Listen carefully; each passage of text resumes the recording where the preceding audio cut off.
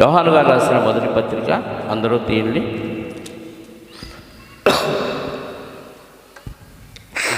చదువుదాం.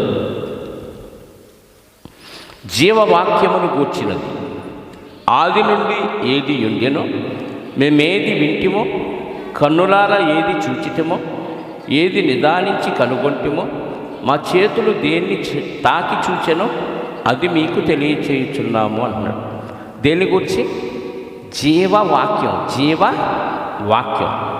ఇక్కడ వాక్యము, వాక్యానికి మరొక పేరు వెలుగు, వాక్యానికి మరొక పేరు జీవము, వాక్యానికి మరొక పేరు ప్రేమ. ఇది ఎప్పుడుందంట? ఆది నుండి. ఒకసారి ఆది కాండం చూడండి. ఆది కాండం మొదటి అధ్యాయము మొదటి వచనం చూడండి. ఆది యందు దేవుడు భూమి ఆకాశములను, అంటే భూమి ఆకాశాలు సృజించక ముందున్నదేంటి? ఆ సమయంలో దాన్ని ఏ కాలం అన్నారు? ఆది కాలం. భూమి ఆకాశాలు సృజించటానికి ముందు ఉన్న కాలాన్ని ఆది కాలం, అంటే ప్రారంభం. ఆది అంటే ప్రారంభం. ఆ ప్రారంభంలో ఎవరున్నారు, ఎక్కడున్నారు? ఆది యందు అన్నాడు. యోహాను సువార్త 1వ అధ్యాయం 1వ వచనం. యోహాను సువార్త 1వ అధ్యాయం 1వ వచనం. ఆది యందు వాక్యం ఉండేది. ఇక్కడ మనం చదివింది యోహాను గారు రాసిన మొదటి పత్రికలో 1వ అధ్యాయం 1వ వచనంలో ఏం చదివాం? ఆది నుండి ఏది ఉండెనో, ఆది నుండి ఏది ఉండెనో, ఆది యందు వాక్యం ఉండెను. వాక్యం ఎక్కడుండెను? యోహాను సువార్త 1:1. వాక్యము దేవుని యొద్ద ఉండే, అంటే సృష్టి జరగక మునుపు వాక్యమయ్యున్న యేసుక్రీస్తు వారు ఎక్కడ ఉండెను? దేవుని యొద్ద ఉండెను. ఆయన గురించి మరొక మాట ఏమన్నాడు? జీవవాక్యమును కూర్చున్నది. జీవవాక్యం అంటే ఆయన జీవవాక్యం. జీవవాక్యమైన యేసుక్రీస్తు వారు ఆది యందు ఎక్కడున్నాడు? దేవుని యొద్ద ఉన్నాడు. గుర్తుపెట్టుకోండి, నిన్న మొన్నటి వాడండి యేసుక్రీస్తు వారు అంటారు తెలియనివాడు. 2000 సంవత్సరాల క్రితం వచ్చిన ఆయన కదా. అంతకుముందు యేసుక్రీస్తు వారు ఎక్కడున్నారు అనుకుంటారు. యేసుక్రీస్తు వారు భూమి పుట్టకముందే దేవుని యొక్క వాక్యమైన దేవుడుగా ఉన్నాడు. అదే ఇక్కడ చెప్తున్నాడు. ఆది యందు వాక్యం ఉండెను, వాక్యము దేవుని యొద్ద ఉండెను, వాక్యము దేవుడై ఉండెను. ఆయన ఆది యందు దేవుని యొద్ద ఉండెను. సమస్తమును ఆయన మూలముగా కలిగెను. కలిగి ఉన్నదేది ఆయన లేకుండా కలగలేదు. ఆయనలో జీవముండెను, ఆ జీవము మనుష్యులకు వెలుగై ఉండెను. చలం. ఆయనలో ఏముండెను? జీవము కలిగిన దేవునిలో నుండి వాక్య రూపముగా మనకి భూమి మీద శరీరధారిగా అవతరించిన ప్రభు అయిన యేసుక్రీస్తు వారు ఆదిలో ఆత్మగా ఎక్కడున్నాడంటే దేవుని యొద్ద ఉన్నాడు. జీవము కలిగిన వాడిగా ఉన్నాడు. దేవుడు వెలుగై ఉన్నాడు కాబట్టి ఈయన కూడా వెలుగై ఉన్నాడు. యేసుక్రీస్తు వారు నిర్ణమన్నటి వాడు కాదు. ఆదిలోనే ఈ ప్రకృతి జగత్తు పునాది వేయబడక మునిపే తండ్రి యొద్ద ఆత్మగా, జీవముగా, వెలుగుగా ఉన్న దేవుడైన యేసుక్రీస్తు వారు. అర్థమైందా? అదే ఇక్కడ చెప్తున్నాడు. మళ్ళీ యోహాను మొదటి పత్రిక. జీవవాక్యమును కూర్చున్నది ఆది నుండి ఏది ఉండెనో, అంటే పాత నిబంధన కాలంలో యేసుక్రీస్తు వారి గురించిన ప్రవచనాలు చాలా ఉన్నాయి. మీ కొరకు రక్షకుడు వస్తాడు, మిమ్మల్ని పరిపాలిస్తాడు, ఆయన పరిపాలన ఎలా ఉంటుంది అలా ఉంటుందని ఆది కాండం నుంచి మలాకీ గ్రంథం వరకు యేసుక్రీస్తు వారి గురించిన అనేక ప్రవచనాలు ఉన్నాయి. వీళ్ళు ఆల్రెడీ విన్నారు. ఎవరు? యోహాను గారు. ఎందుకంటే ఈయన యూదుడు కాబట్టి. యూదులు లేఖనాలన్నీ ఎరిగినవారు కాబట్టి మేము ఆది నుండి ఉన్న యేసుక్రీస్తు వారి గురించి ఏదైతే విన్నామో ఆ విన్నవి మా కళ్ళతో మేము చూసాం. శరీరధారిగా ఆయన భూమి మీదకి రావటం. కన్నులారా అంటే ఒక మాట విన్నారు, విన్న మాట కళ్ళ ముందు కనపడింది. యోహాను సువార్త 1:14. ఆ వాక్యము ఆదిలో దేవుని యొక్క వాక్యముగా ఉన్న యేసుక్రీస్తు వారు ఏమై ఉన్నారంట? యోహాను సువార్త 1:14. ఆ వాక్యము శరీరధారి అయి కృపాసత్య సంపూర్ణుడుగా మన మధ్య నివసించాడు. శరీరాకారములో భూమి మీద 2000 సంవత్సరాల క్రితం ఆదిలో వాక్యముగా దేవుని యొద్ద ఉన్న వెలుగయ్యున్న జీవమయ్యున్న యేసుక్రీస్తు వారు భూమి మీద కనపడ్డాడు. ఆ కనపడ్డాయని మేము కళ్ళారా చూసామంటున్నాం. అంతకుముందు లేఖనాల్లో విన్నారు ఆయన గురించి, ఇప్పుడు కళ్ళతో చూసామంటున్నాం. ఆది నుండి ఏది ఉండెనో, ఏది మేము వింటిమో, కన్నులారా ఏది చూచితిమో, ఏది నిదానించి కనుగొంటిమో, అంటే చూచింది అవునా కాదా నిదానించి కనుగొన్నాం. మనం ఇందాక మత్తయి సువార్తలో వాళ్ళు వలలు బాగు చేసుకుంటే పిలవగానే వచ్చేసారని మనం చదివాం కదా. వచ్చేసారు, వెంబడించారు, నిదానించి ఒక్కొక్కటి గమనిస్తూ కనుగొంటున్నారు, పరిశోధిస్తున్నారు. ఆ వాక్యం ఈయన కరెక్టేనా కాదు, మనం ఏమన్నా మోసపోయాం. నమ్మారు, వెంబడించారు, కానీ నిదానించి కనుగొన్నారు. అంటే అబ్జర్వేషన్లో ఉంచారు యేసుక్రీస్తు వారు. వెంబడిస్తున్నారు, అవునా కాదా, మనం లేఖనాల్లో విన్నాయినా, మన కళ్ళతో చూస్తున్నాయినా, అయినా కాదా, ఈయన మెస్సియా కాదా, ఏది నిదానించి కనుగొంటిమో. మా చేతులు దేనిని, శరీరంతో ఉన్నాడు కదా, ప్రభువును పట్టుకున్నారు, ముట్టుకున్నారు, తాకి చూశారంట. అంటే వాక్యమై ఉన్న యేసుక్రీస్తు వారి గురించి విన్నారు, విన్నదాన్ని చూశారు, చూసిన దాన్ని నిదానించి కనుగొన్నారు, కనుగొన్న దాన్ని తాకి చూశారంట. ఏది మా చేతులు నిదానించి తాకి చూచినో అది మీకు తెలియజేసినాం. ఎంత కన్ఫర్మేషన్ ఇచ్చినా కూడా మనం డౌట్ పడవచ్చు. మీకు అర్థమైందా? శాస్త్రవేత్తలు కొన్ని వస్తువులు కనిపెట్టి ఇచ్చేసారు.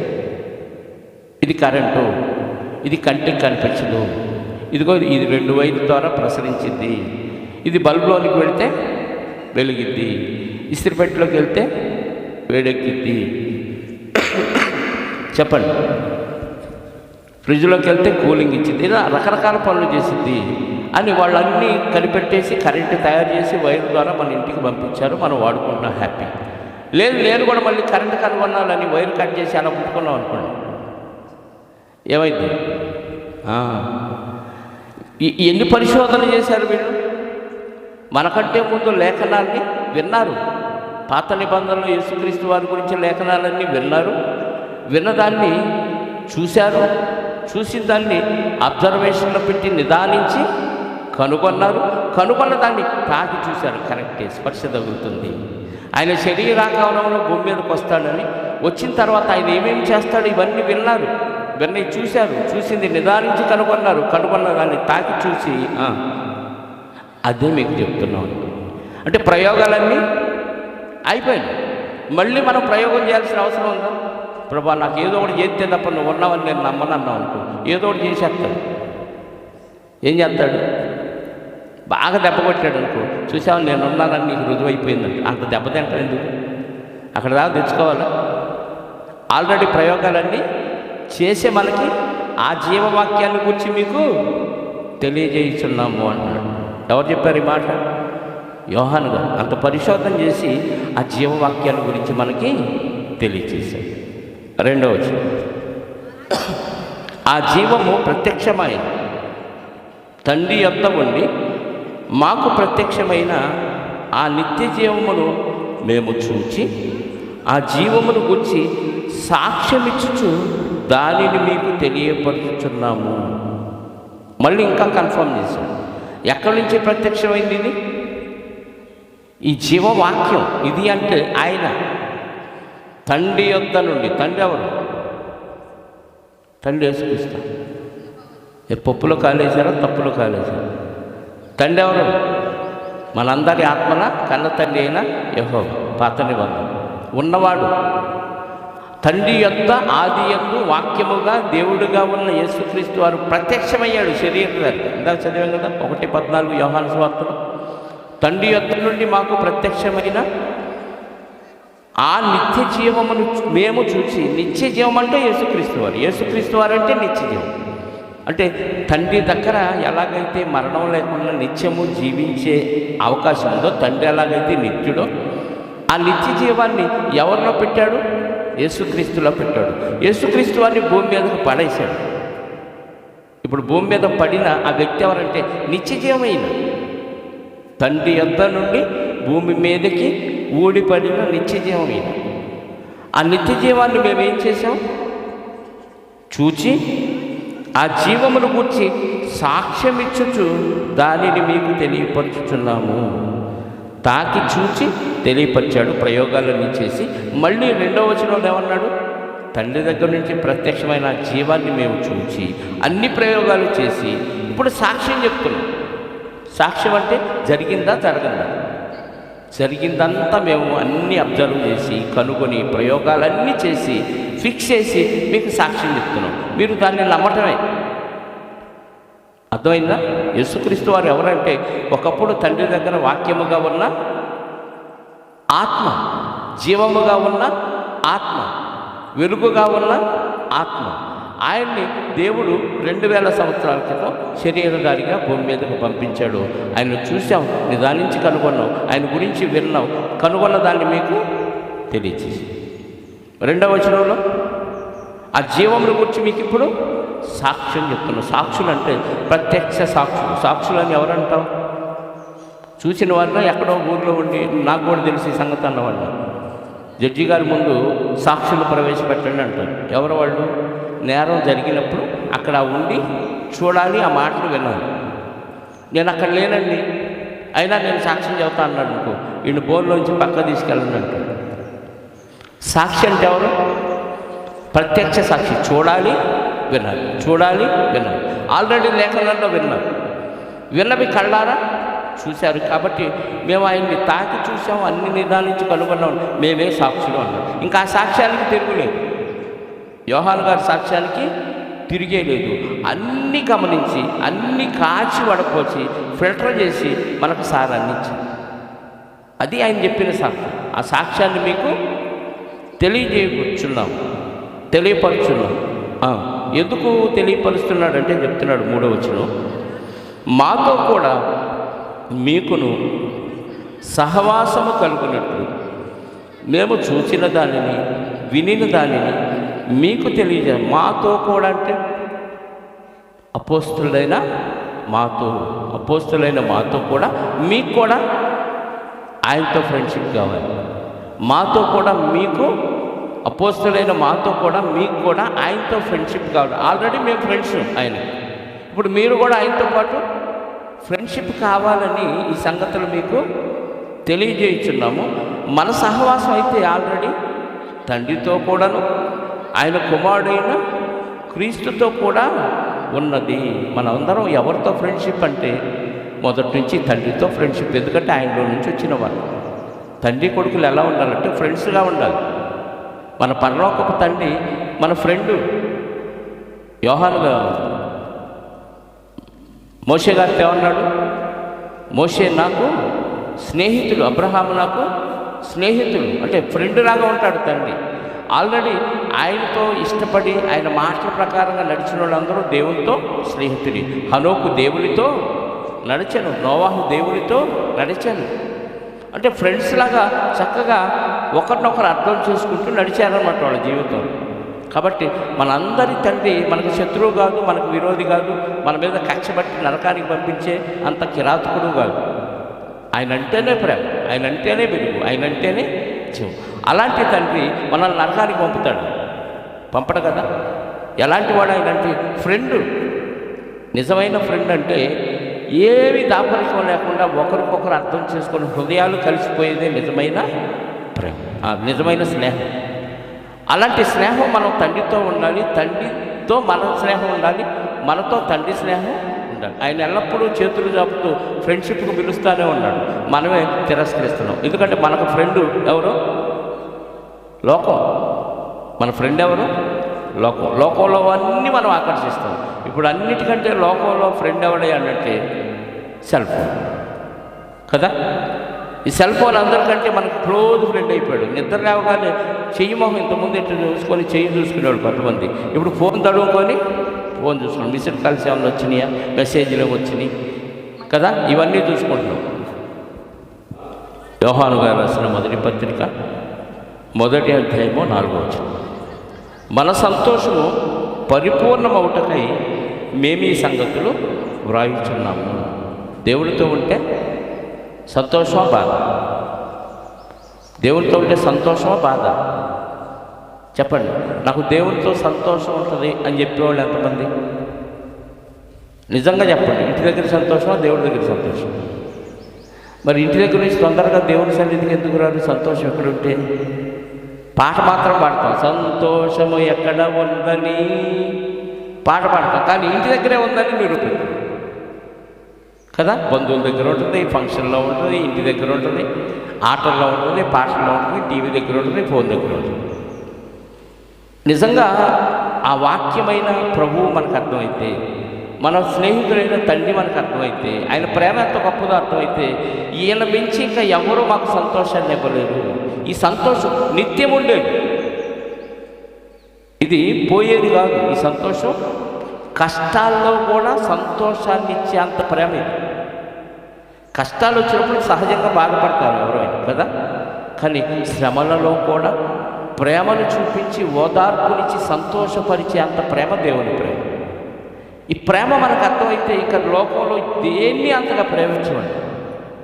ఆ ప్రేమమయుడైన దేవుడు చూపించే ఆ ప్రేమ ముందు లోకంలో నువ్వు చూపించే చిన్న చిన్న ప్రేమలు, 4 రోజులు నీకు ఇష్టమైనవి పెడతారు, లేదా నీకు ఇష్టమైన మాటలు నేను పొగడటానికి మాట్లాడతారు, లేదా నీకు ఇష్టమైన బట్టలు కొని పెడతారు, నీకు ఇష్టమైన కార్యాలు కొన్ని చేస్తారు. అది నువ్వు శరీరంలో ఉన్నంతకాలమే చేయగలవు. అది కూడా స్వార్థం ఉంటుంది అందులో కూడా. కానీ దేవుడు చూపించే ఆ ప్రేమ నిస్వార్థమైనది. అలాంటి ప్రేమ సంతోషాన్ని ఇచ్చింది. ఆ సంతోషం 1 రోజు 2 రోజులు కాదు. నువ్వు శరీరంలో ఉన్న శరీరాన్ని విడిచిన శాశ్వత కాల సంతోషం ఉంటుంది. ఆ సంతోషం పరిపూర్ణం అవ్వాలని. సంతోషం ఏమవ్వటానికి రాశాడంటే పరిపూర్ణం. సంతోషం ఉంటేనే ఇంకా మనకు సంతోషం. పరిపూర్ణం అవటం అంటే కంప్లీట్ సంతోషం ఉంటే ఇంక అందులో కష్టాలు, శ్రమలు, బాధలు, ఇరుకులు, ఇబ్బందులు ఏముండవండి. సంతోషం కంప్లీట్ అయిపోతే ఇంక అందులో ఖాళీ లేదు, ఇంకేదైనా ఉంటాను. నిజంగా దేవుని ప్రేమ అర్థమైతే, ఆ ప్రేమ మనకు అర్థమైతే దాన్ని కంప్లీట్ చేసుకోవటానికి ప్రయత్నం చేయాలి. ఈ పత్రిక రాసిన ఉద్దేశమే ఆయన జీవము, ఆయన వెలుగు, ఆయన ప్రేమ. దేవుడు వెలుగు, జీవము, ప్రేమను యేసుక్రీస్తు వారిలో మనకు చూపించాడు, టేస్ట్ చేయించాడు. ఆ రుచి నీకు అర్థమైపోతే ఇది అనుభవించి ఆ అనుభవంలో పరిపూర్ణ స్థితిలోనికి వెళ్ళటానికి నువ్వు పాకులాడుతావు. ఏదో నమ్మకార్థంగా నమ్ముకొని వచ్చాము పోయాము అని పాటలు పాడుకుంటూ భజన చేసుకుంటే ఆ ప్రేమ అర్థం కాదు. మిగతా సంఘాలు చూడండి, ప్రేమ ఉండవు, ఆప్యాయత ఉండవు, అన్ని గొడవలు, సమస్యలు, పదవుల కోసం, అధికారాల కోసం, డబ్బుల కోసం గొడవలు పడుతూనే ఉంటారు. అసలు ఈ నిత్యమైన దేవుడు చూపించే ఆ ప్రేమ, ఆ స్నేహం ఇవన్నీ కనపడవు ఎక్కడ. ఏ సంఘాలు ఇది కనపడలేదు. అది మనం కనిపించాలి, మనం ప్రదర్శించాలి. నటించడం కాదు, మళ్ళీ ప్రదర్శించడం అంటే కాసేపు ప్రేమ నటించి అవతలికి వెళ్ళి తిట్టుకోవటం కాదు. ప్రేమ అంటే పరిపూర్ణంగా హృదయపూర్వకంగా రావాలి. మనం నలిగిపోతున్నా, మనం నాశనం అయిపోతున్నా, మనకు నష్టం వచ్చినా చూపించేదే నిజమైన దేవుని ప్రేమ. దేవుడు ఎంత నష్టపోతున్నాడో తెలుసా? మన పట్ల ఆయన చూపించిన ప్రేమకి ఆయన నష్టపోయే లెక్క పెడితే నిజంగా ఎంత నష్టపోతున్నాడా, ఎంత లాస్ అవుతున్నాడా ఆయన అని మనకు బాధేస్తుంది. ఒక రైతు ఎలాగైతే పంట వేసి ఆ పంట నష్టపోతే ఎంత బాధపడిపోతాడో అంతకంటే ఎక్కువగా దేవుడు లోకాన్ని చూసి బాధపడి హృదయంలో నొచ్చుకుంటున్నాడు. లోకంలో వ్యర్థమైపోతుంది, ఆయన ఇచ్చిన ఈ ప్రకృతి అంతా వేస్ట్ అయిపోతుంది. దేవుడు ఏదో మాట చెప్పాడు కాబట్టి భారంగా మూలుగుతూ తిరుగుతూ ఉంది ప్రకృతి. చాలా బాధపడిపోతున్నాడు దేవుడు. గాలి ఎవడివ్వలేడు, ఉచితంగా ఇచ్చాడు దేవుడు. నీరు ఎవడివ్వలేడు, దేవుడు ఉచితంగా ఇచ్చాడు. ఈ సూర్యుడు వెలుగు, వేడి ఎంత లెక్కగట్టలేము. దాని బిల్లు అసలు ఇవన్నీ వేస్టేనా నీకు ఇవ్వటం? నువ్వు దేవునికి పనికిరానప్పుడు ఇవన్నీ దేవుడు పెట్టుబడి పెట్టి మనకి ఇచ్చినప్పుడు వేస్టే కదా. ఎంత ఇస్తే ఎంత నష్టపోతున్న దేవుడికి నువ్వేం చేస్తున్నావు అంటే నీ గురించి నువ్వు బాగు చేసుకొని నలుగురు బాగు చేయాలన్నాడు అంతే. ఆ ప్రేమ అర్థమైతే దేవుడు ఇవన్నీ నాకు ఇన్ని ఉచితంగా ఇచ్చాడు, ఇన్ని ఫలాలు, ఇంత గాలి, ఇంత నీరు, ఇంత సూర్యచంద్ర నక్షత్రాలు, ఇంత పెద్ద విశాలమైన ఆకాశం, ఇంత పెద్ద భూగోళం, ఇవన్నీ దేవుడే కదా నాకు ఇచ్చిందని నీకు అర్థమైపోతే ఒక నగ తెచ్చిన భర్తకు లోబడతావు, ఒక చీర తెచ్చిన భర్తకు లోబడతావు, ఒక గిఫ్ట్ ఇచ్చిన ఫ్రెండ్కి లోబడతావు. ఐ లవ్ యూ అనగానే ఐస్ అయిపోతావు. దేవుడు ఐ లవ్ యూ అనకుండానే ఎంత ఇచ్చాడు మనకి అన్నాడు. ఇవన్నీ నీ పాదాల కింద పెట్టాడు కదా, అన్నిటినీ నేను లోపరిచాడు కదా, ఎంతకంటే ప్రేమ ఇంకెవడిస్తాడు చెప్పండి. చివరికి తన ప్రియ కుమారుణ్ణే మన కోసం బలి అర్పించాడు. నీ పాపం కోసం ఆయన ఎందుకు కటకటాల మధ్యకి పంపించారు? నీ పాపం కోసం ఆయన ఎందుకు ఇరుకులు ఇబ్బందులు పెట్టి శ్రమలు పెట్టి శిలువలో చంపించాలి? అన్యాయపు తీర్పులు తెప్పించి ఆయన మీద నేరం మోపడానికి ఎవరికి దమ్ములు, ఎవరికి సాక్ష్యాధారాలు దొరకవు. అలాంటిది అబద్ధ సాక్షులు ప్రవేశపెట్టిన సైలెంట్గా ఎందుకు ఉంచాడు అంటే మన మీద ఆయనకున్న ప్రేమ.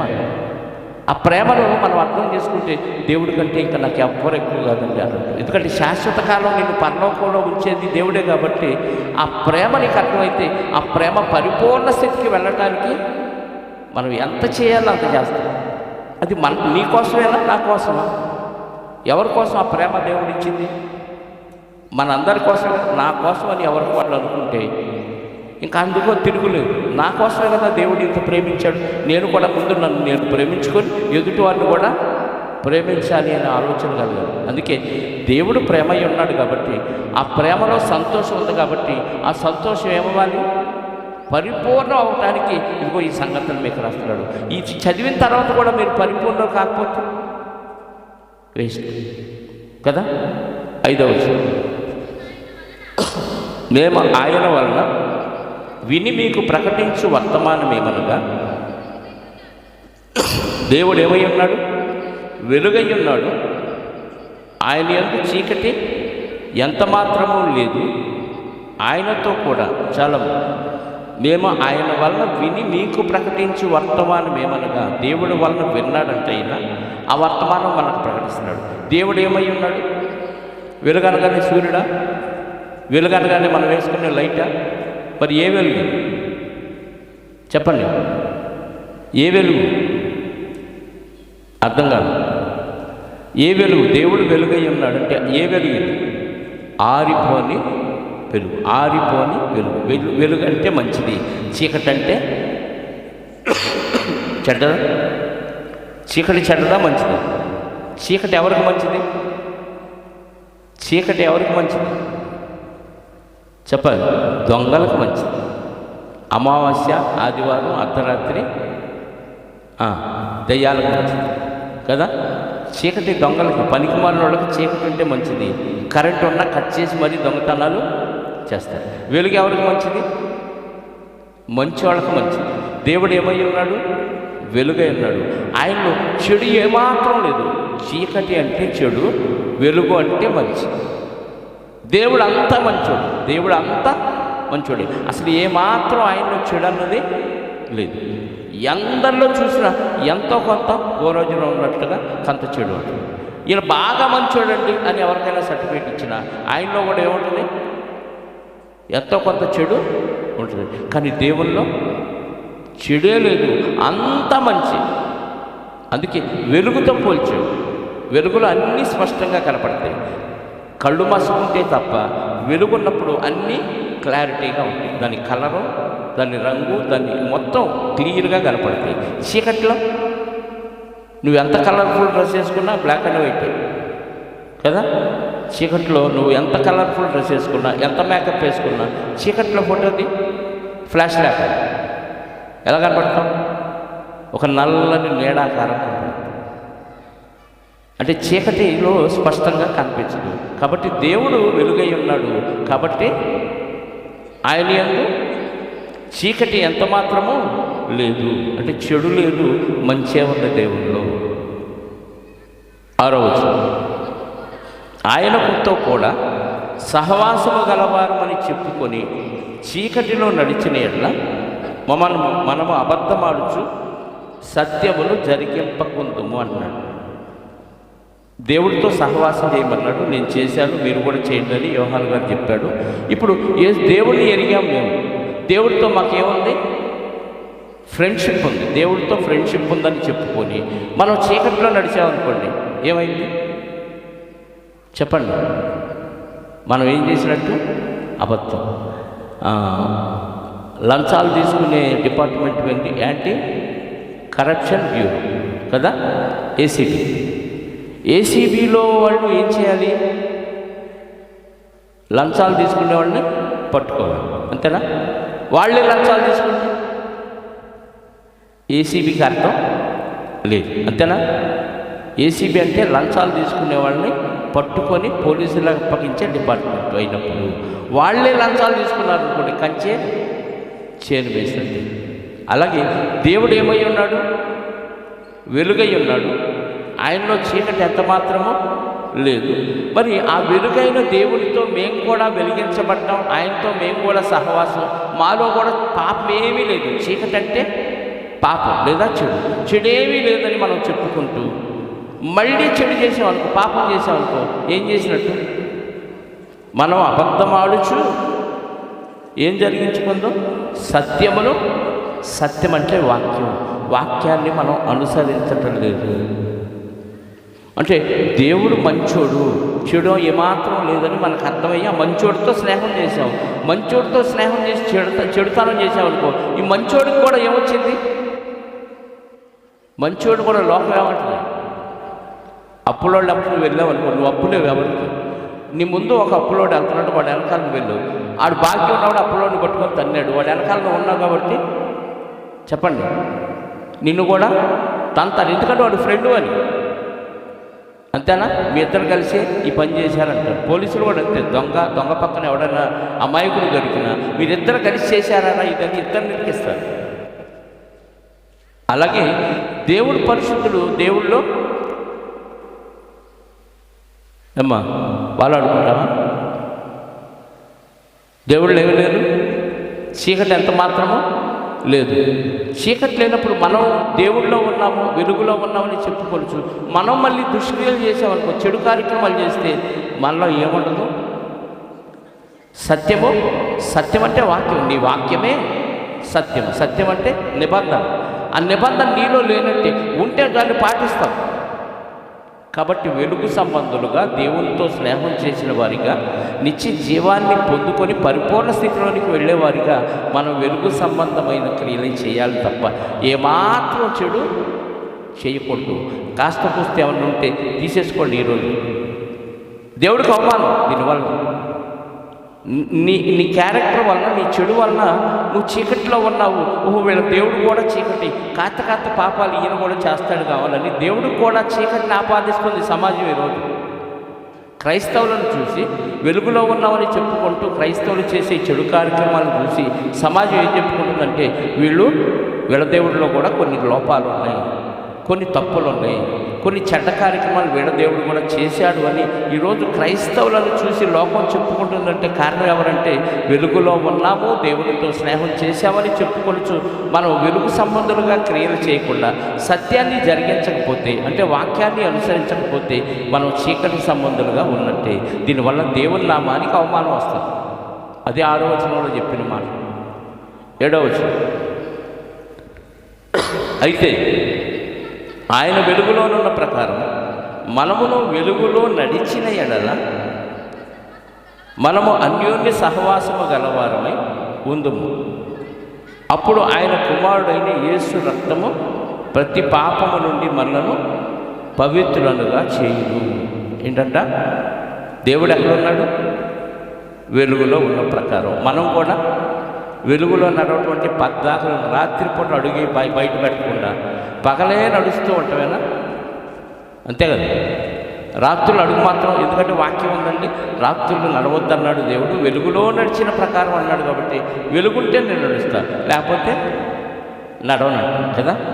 ఆయన వెలుగులో నడిచిన ప్రకారం, యేసుక్రీస్తు వారు వెలుగులోనే అంటే మంచిలోనే నడుస్తాడు, చెడు చేయడు. మనం కూడా మంచిలోనే నడవాలంటే మంచి క్రియలు చేస్తూ వెళ్ళిపోతూ ఉండాలి. చెడు క్రియలు చేయటానికి క్రైస్తవులు లేరు. అలా నడిచిన ప్రకారము మనము అన్యోన్య సహవాసము గలవారమై ఉందుము. అంటే మంచి చేస్తూ పోతే ఒకరితో ఒకరు ఎలాంటి ఫ్రెండ్షిప్ కలిగి ఉంటారంట? సహవాసము, అన్యోన్య సహవాసము, దాంపత్యము, అన్యోన్య దాంపత్యం. దాంపత్యం అంటేనే భార్య భర్త. అన్యోన్య దాంపత్యం అంటే మీకు అర్థమవుతుందా? అన్యోన్య దాంపత్యం అంటే ఒకరినొకరు అర్థం చేసుకొని ఎవరినెవరు దూషించుకోకుండా, ఎవరి మీద ఒకళ్ళు చిరాకులు పరాకులు పేలకుండా ఒకరినొకరు బాగా అర్థం చేసుకొని ఒకరికొకరు సహకరించుకుంటూ ఐకమత్యంగా ఉండేదే అన్యోన్య దాంపత్యం. అయితే అన్యోన్య సహవాసం అంటే ఇంకా హెచ్చు తగ్గులేమి ఉండవు. అవతలోళ్ళన్నా తుడి చేసుకుపోతాం. కొట్టినా, తిట్టినా, నిందించినా, దూషించినా మానవుడేగా, నాతో పాటు వెలుగులో ఉన్నవాడే కదా అని భరించేదే అన్యోన్య సహవాసం.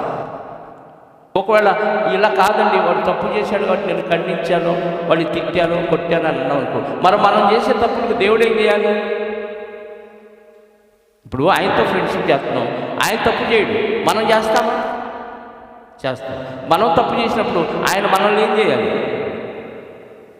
చేయాలి చెప్పాలి? తిట్టాలి, కొట్టాలి, శిక్షించాలి. ఆయన కొట్టినా, ఆయన తిట్టినా, ఆయన శిక్షించినా మనం తట్టుకునే కెపాసిటీ మనకి లేదు. క్షమిస్తున్నాడా? ఓర్చుకుంటున్నాడు. మరి ఆయన క్షమించిన ప్రకారం మనం కూడా సహోదరులు ఏం చేయాలి? క్షమించాలి. అంటే నిజంగా దేవుడిలో చెడు లేదు, మంచే ఉంది. ఇప్పుడు ఆ దేవుడితో నేను ఫ్రెండ్షిప్ చేస్తున్నానని చెప్పుకుంటూ మనం చెడ్డ పనులు చేసామనుకో, అసలు ఒకరితో ఒకరు పొసగక, ఒకళ్ళంటే ఒకళ్ళకి పడక, ఒకరి మీద ఒకళ్ళు విరోధంగా సాడీలు చెప్పుకుంటూ బతికామనుకో, మనం దేవుడితో ఫ్రెండ్షిప్లో ఉన్నవాళ్ళం కాదు. మెల్లిగా దేవుడితో ఫ్రెండ్షిప్ అని చెబుతూ దయ్యంతో కనెక్షన్, అక్రమ సంబంధం పెట్టుకున్నవాళ్ళం అవుతాం. కొంతమంది కుటుంబాల్లో పెళ్ళవుతాయి, భార్యాభర్తలు, భార్య మరొకరితో అక్రమ సంబంధం పెట్టుకుంటే ఎంత తప్పో, ఎంత నీచంగా ఉంటుందో, ఎంత అసహ్యంగా ఉంటుందో. దేవుడితో సహవాసం గలవారు మేము వెలుగులో ఉన్నామని చెప్పుకొని చీకటి కార్యక్రమాలు చేస్తూ ఉంటే మనం దేవుడితో ఫ్రెండ్షిప్లో ఉన్నవాళ్ళం కాదు. ఇది అక్రమ సంబంధం అయింది. అందుకే సంఘం అంతా ఎలా ఉండాలంటున్నాడు? అన్యోన్య సహవాసము గలవారమై ఉండాలి. అలా ఉన్నప్పుడే యేసుక్రీస్తు రక్తములో కడగబడి బాప్తిసం ద్వారా నీ పాపాలన్నీ క్షమించుకున్నావు కదా, అమ్మయ్య పాపాలన్నీ పోయినాయి, హ్యాపీ అనుకుంటున్నావు. మళ్ళీ వచ్చి యాడ్ అవుతుంది. నువ్వు ఎప్పుడైతే ఒక సహోదరుడితో విభేదం పెట్టుకుంటావో, ఎప్పుడైతే సంఘంలో ఎవరితో ఒకరితో విభేదం పెట్టుకుంటావో, లేదా నీ మనస్సులో ఒకరి మీద విరోధ భావం కలిగి ఉంటావో, నీ పాపాలు క్షమించబడి కూడా యాడ్ అవుతాయి. పోయినగా తీసేశాడుగా, తూర్పుకి పడమరకి ఎంత దూరమో మీకు మీ పాపాలకి అంత దూరం అన్నాడు. ఓకే, తీసేసిన పాపాలని మళ్ళీ యాడ్ అవ్వకుండా కాపాడుకుంటూ పరిశుద్ధతని కొనసాగించుకుంటూ ఉండాలి. ఎవరి మీద ఏ విరోధ భావం ఉండకూడదు. ఉన్న వెంటనే తీసేసుకోవాలి. అలా తీసేసుకుంటేనే దేవునితో సహవాసము కలిగిన వారంగా మనం ఉంటాం. అందుకేమన్నాడు? మళ్ళీ చదవండి అమ్మా. అయితే ఆయన వెలుగులో ఉన్న ప్రకారము మనమును వెలుగులో నడిచిన ఎడల మనము అన్యోన్య సహవాసము గలవారమై ఉన్నాము. అలా అన్యోన్య సహవాసము గలవారమై ఉన్నప్పుడు అప్పుడు ఆయన కుమారుడైన యేసు రక్తము ప్రతి పాపము నుండి మనలను పవిత్రులుగా చేయును. అన్యోన్య సహవాసము గలవారముగా లేనప్పుడు చెప్పాలి, లేనప్పుడు క్రీస్తు రక్తం మన పాపాలని పరిహరించదు. అంటే కండిషన్ అప్లై. క్రీస్తు రక్తం ప్రతి పాపం నుండి క్షమించడం అనేది 100% రైట్, అందులో సత్యం లేదు. కానీ ఎప్పుడు అన్యోన్య సహవాసం గలవారై ఉన్నప్పుడు అది రక్షించింది. అలా లేకపోతే డాక్టర్ దగ్గరికి వెళ్తాడు, పలానా రోగాన్ని నిర్ధారిస్తాడు, మందులు రాస్తాడు. ఈ మందులు వాడుతూ నువ్వేం చేయాలంటే కొన్ని పథ్యాలు చేయాలంటే అంటాడా? ఈ పథ్యాలు చేస్తూ ఈ మందులు వాడితే నీ రోగం తగ్గిద్ది. మందులు వాడుతున్నా కానండి రోగం తగ్గట్లేదంటే పథ్యంలో ఏదో తేడా ఉంది. నువ్వు పాటించాల్సిన పథ్యాలు పాటించట్లేదని అర్థం. ఇది మీకు అర్థమైందా? మందు రోగాన్ని తగ్గిస్తుంది, కానీ మళ్ళీ రోగాన్ని పెంచే పథ్యం ఏదైతే నువ్వు చేయట్లేదో అది నువ్వు తింటున్నావు. కాబట్టి నీ రోగం మందు వాడినా తగ్గట్లేదు. అలాగే క్రీస్తు రక్తం ప్రతి పాపం నుండి మనల్ని పవిత్రులుగా చేస్తుందనేది 100% రైటే. కానీ ఎప్పుడది నువ్వు సహోదరులతో దేవునితో అన్యోన్య సహవాసం కలవారమై ఉన్నప్పుడు ఆ రక్తం నీకు ఉపయోగపడి నీ పాపాలన్నీ క్లియర్ చేస్తుంది. కానీ నువ్వు చీకట్లో ఉండి మళ్ళీ పాపం చేస్తూ ఉంటే ఈ రక్తం కూడా నిన్ను శుద్ధి చెయ్యదు. అదే కండిషన్ చెప్పాడు. ఆయన వెలుగులో ఉన్న ప్రకారం మనం కూడా వెలుగులో ఉన్న ఎడల నడిచిన ఎడల మనము అన్యోన్య సహవాసము గలవారమై ఉంటాం, కన్ఫామ్. అలా ఉన్నప్పుడు ఆయన కుమారుడైన యేసు రక్తము ప్రతి పాపము నుండి మనలను పవిత్రులుగా చేయును. మనం పాపము లేని వారమని చెప్పుకొని ఎడల మనలను మనమే మోసపుచ్చుకుందాము, మరియు మనలో సత్యం ఉండదు. నేను పర్ఫెక్ట్ అని ఎవరికి వాళ్ళు ఏమనుకుంటారు? ఏమంటే ఇవన్నీ యోహాను గారు ఆ కాలంలోనే రాయటానికి కారణం ఏంటంటే, ఆ సందర్భంలో చాలామంది అసలు మనిషి పాపం ఏంటంటే, మనిషిలో పాపం లేదు, ఆత్మకే అసలు పాపమే అంటారు. కాబట్టి మాలో పాపం లేదని కొంతమంది దుర్బోధకులు సంఘంలో ప్రవేశించి, నువ్వు పాపం ఏంట్రా, నువ్వు పాపం ఏంట్రా, నువ్వు పాపం చేయలేదు, ఏం లేదు, పాపాలు ఆయన రక్తం క్షమించడం ఏంటి, అసలు క్రీస్తు అనేవాడు లేడు, ఆయన రక్తం కార్చడం ఏంటి, ఎవడో నజరేయుడిలో ఒక ఆయన పట్టుకొచ్చి ఈయనే నీకోసం బలైపోయాడని ఏదో పుకారు పుట్టించారు తప్ప ఇదంతా కరెక్ట్ కాదని తప్పుడు బోధలు సంఘంలో ప్రవేశించిన సందర్భంలో చాలామంది పాపం కాదు, ఏం కాదు, పాపం లేదు, ఏం కాదు అని తప్పుడు బోధలు ప్రచారం అవుతున్న సందర్భంలో దాన్ని ఖండిస్తూ యోహాను గారు ఇదిగో ఇలాంటి మాటలు రాశారు. చాలామంది నేను పర్ఫెక్ట్, నేను మిస్టర్ పర్ఫెక్ట్ అనుకుంటున్నాను. అది తప్పు. ప్రతి మనిషి సహజ సిద్ధంగా పాప స్వభావాన్ని కలిగి ఉన్నాడు కాబట్టి, లోకం ఆకర్షిస్తుంది కాబట్టి, ఒక పక్క సాతాను ప్రేరేపిస్తాడు కాబట్టి ఎంతో కొంత పాపము చేయకుండా ఉన్న మనిషి అంటే ఎవడు లేడు. ఇంకొక ముఖ్యమైన పాయింట్ ఏంటంటే, నువ్వు బాప్తీసం తీసుకున్న తర్వాత కూడా పాపం చేస్తావు. బాప్తీసం తీసుకొని పాపాలన్నీ క్షమించబడిన తర్వాత కూడా పాపం చేస్తాం.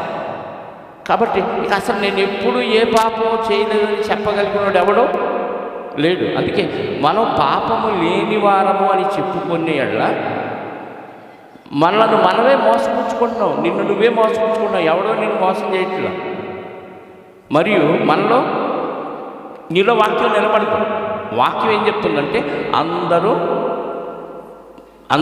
పాపము చేసి దేవుడు అనుగ్రహించే మహిమను వాక్యం చెప్తుంటే, వాక్యానికి విరుద్ధంగా నాలో పాపం లేదని ఎలా చెప్తావు నువ్వు? అంటే వాక్యాన్ని వక్రీకరిస్తావా?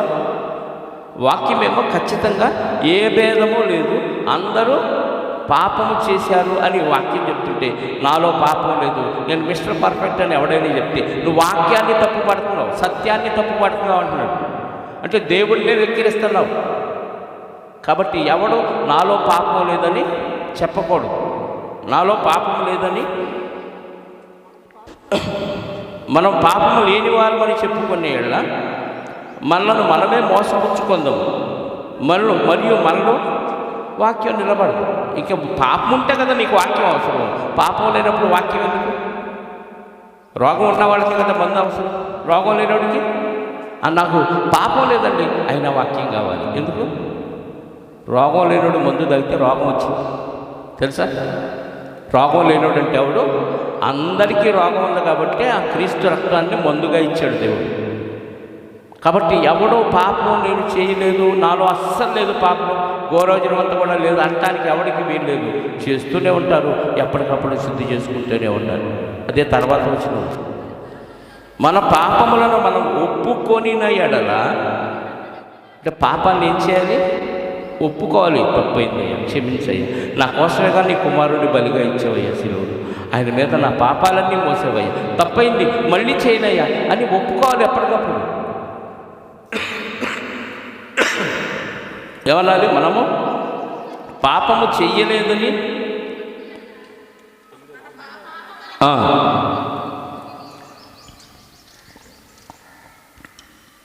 మన పాపములను మనం ఒప్పుకొని ఎడల ఆయన నమ్మదగినవాడు, పాపాలను క్షమించడానికి నమ్మకమైన వాడు ఆయన కంటే ఎవరు లేరు.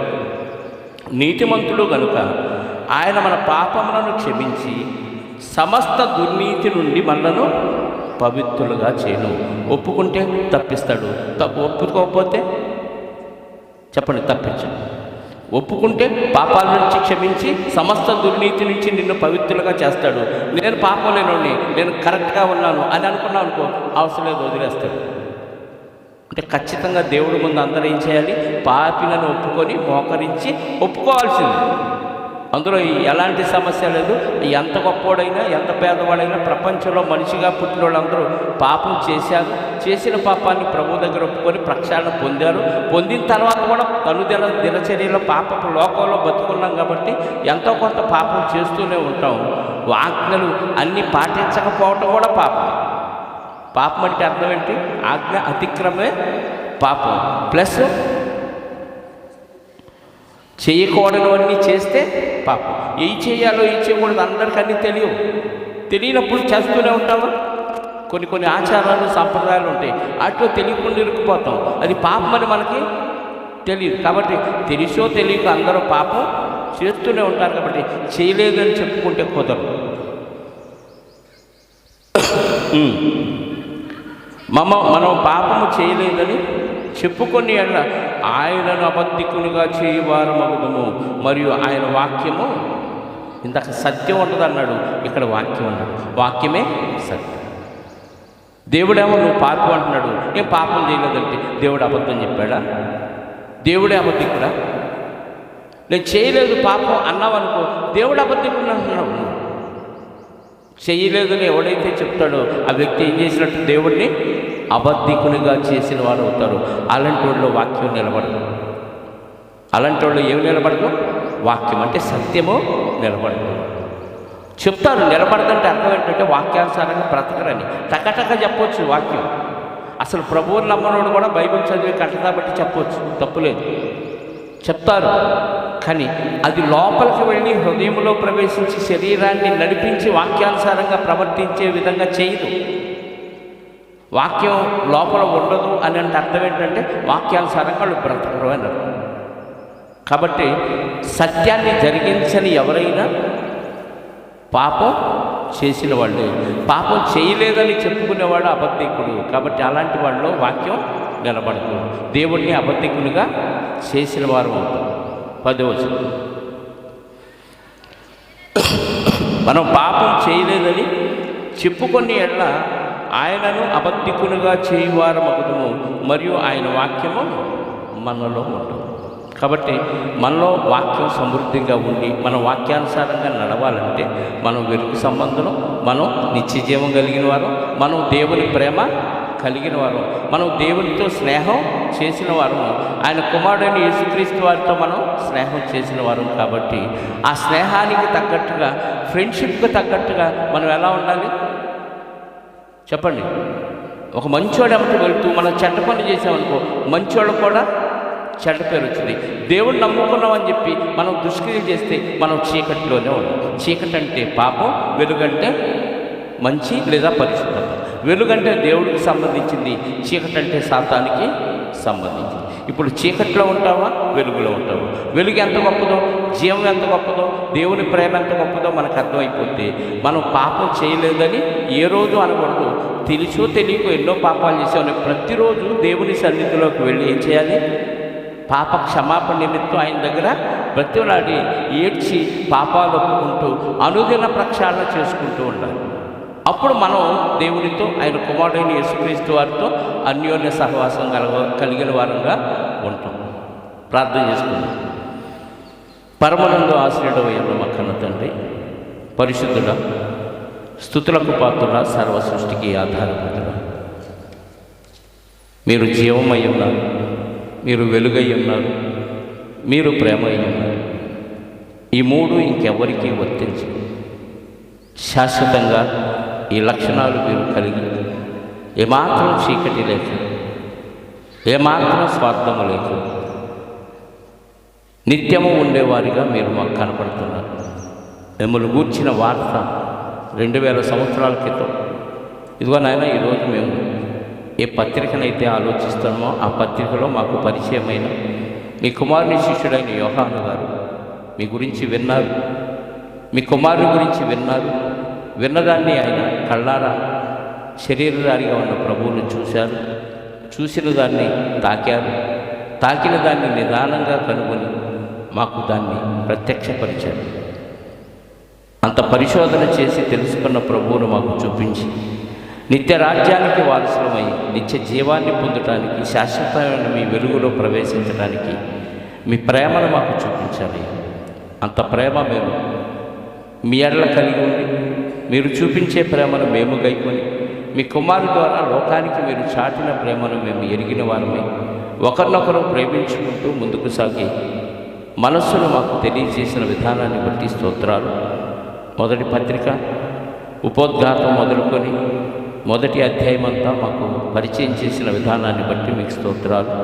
మీ చిత్తమైతే రెండో భాగం భోజన అనంతరం మేము ధ్యానించడానికి మీ సహాయాన్ని అర్థిస్తూ, మీ పిల్లలు ఓర్పుగా ఓపికగా కూర్చొని ఇప్పుడు దాకా వినే అవకాశాన్ని, శక్తిని, బలాన్ని, ఆరోగ్యాన్ని మీరు అనుగ్రహించినందుకు యేసుక్రీస్తు ద్వారా కృతజ్ఞతాస్తుతులు చెల్లిస్తూ రెండో భాగంలో ప్రవేశించడానికి మీ సహాయాన్ని కోరుకుంటూ, మా రక్షకుడు నీ ప్రియకుమారుడైన యేసుక్రీస్తు వారి అమూల్యమైన జీవము కలిగిన నామములో ప్రార్థించి అడిగి వేడుకొనుచున్నాను పరలోకపు తండ్రి. ఆమేన్. అందరికీ వందనాలు.